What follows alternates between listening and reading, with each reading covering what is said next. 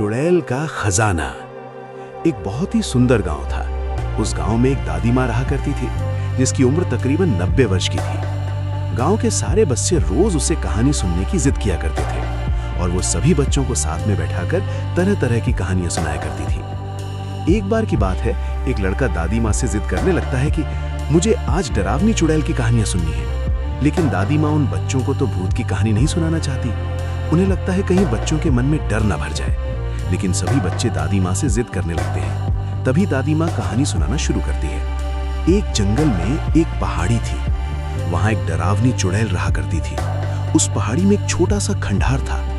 उसी खंडहर के अंदर चुड़ैल का खजाना छिपा था, जिसमें बहुत से रत्न, हीरे, मोती, जवाहरात और महिलाओं के बहुत से आभूषण भी थे। वो चुड़ैल खजाने की रक्षा करने के लिए उस जंगल में भय का माहौल बनाए रहती थी ताकि कोई उस खंडहर के करीब ना आ सके। लेकिन एक दिन एक लकड़हारा लकड़ी काटने के लिए उस जंगल में प्रवेश कर गया और जलाऊ लकड़ी की तलाश में जंगल के मध्य भाग तक पहुंच गया, जहां उस चुड़ैल का खंडहर बना था। खंडहर के आसपास बहुत सी सूखी लकड़ियां पड़ी हुई थी। उसने सोचा कि इससे उत्तम जलाऊ लकड़ी तो कोई हो ही नहीं सकती जो पूरी तरह सूखी हुई थी। वो लकड़हारा खंडहर की सीढ़ियों से लकड़ियां इकट्ठा करता हुआ आगे बढ़ता गया। जैसे ही वो द्वार तक पहुंचा, वहां एक बहुत ही विशाल दरवाजा था जो पूरी तरह लकड़ी का बना हुआ था। लकड़हारे ने आज से पहले इतनी खूबसूरत कारीगरी कभी नहीं देखी थी।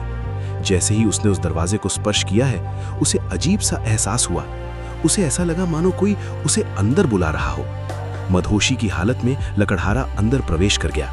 खंडहर के अंदर जाते ही उसकी आंखें चकाचौंध हो गईं। बड़े बड़े मिट्टी के बर्तनों में अशर्फियां, सिक्के और हीरे जवाहरातों का भंडार था। लकड़हारे ने आज से पहले इतनी दौलत कभी नहीं देखी थी। स्वाभाविक है, कोई भी इंसान इतना बड़ा खजाना देखकर चकाचौंध ही होगा। तभी खंडहर के अंदर एक आहट के साथ दरवाजा बंद हो जाता है और जोर से हवाएं चलने लगती हैं। लकड़हारा खंडहर में एक खंबे को पकड़कर अपनी जान बचाता है। तभी वो डरावनी चुड़ैल अपना भयानक रूप प्रकट करती है। ये देखते ही लकड़हारा बेहोश हो जाता है और इसी हालत में लकड़हारे की एक रात गुजर जाती है। और जब लकड़हारे को होश आता है तो वहां चारों तरफ केवल पेड़ ही पेड़ दिखाई देते हैं। लकड़हारे को कुछ समझ नहीं आता कि वो यहाँ कैसे पहुंचा।